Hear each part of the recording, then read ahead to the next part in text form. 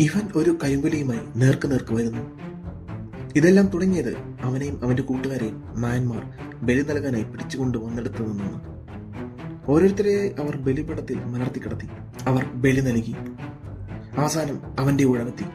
പക്ഷേ ഭാഗ്യമെന്ന് പറയട്ടെ, അന്നൊരു സൂര്യഗ്രഹണ ദിവസമായിരുന്നു. ദൈവത്തിന് സംതൃപ്തിയായി എന്ന് പറഞ്ഞ് അവനെ ബലി നൽകാതെ വിടുന്നു. പക്ഷേ അവരെയെല്ലാം കൊണ്ട് പോയത് മറ്റൊരു പരീക്ഷണത്തിലേക്കായിരുന്നു. മായന്മാർ അവരെ വേട്ടയാടി രസിക്കാനായി തീരുമാനിച്ചു. ആദ്യത്തെ രണ്ടുപേരോട് ഓടി രക്ഷപ്പെടാൻ പറയുന്നു. അവരെ അമ്പുകൊണ്ടും കല്ലുകൾ കൊണ്ടും വേട്ടയാടാൻ തുടങ്ങി. പിന്നീട് അവന്റെ ഊഴമായിരുന്നു. അവനും അവന്റെ കൂട്ടുകാരനും വളഞ്ഞ് പുളഞ്ഞ് ഓടാൻ തുടങ്ങി. പാഞ്ഞു വരുന്ന അമ്പുകൾക്കിടയിൽ നിന്നും അവൻ ഒഴിഞ്ഞു മാറി. പക്ഷേ ഒടുവിൽ അവന് അമ്പേൽക്കുക തന്നെ ചെയ്തു. പക്ഷേ അവൻ മരിച്ചിട്ടില്ലായിരുന്നു. അവൻ വേട്ടക്കാരിൽ ഒരുത്തനെ കൊല്ലുന്നു.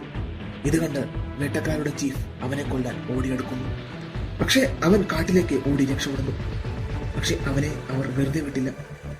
അവർ അവനെ വേട്ടയാടാൻ തീരുമാനിച്ചു. തന്റെ മുറിവിൽ വെച്ച് കെട്ടാനായി ഒരു മരത്തിന്റെ തൊലി അവൻ കടിച്ചെടുക്കുന്നു. ഒളിക്കാനായി ഒരു മരത്തിൽ കയറുന്നു.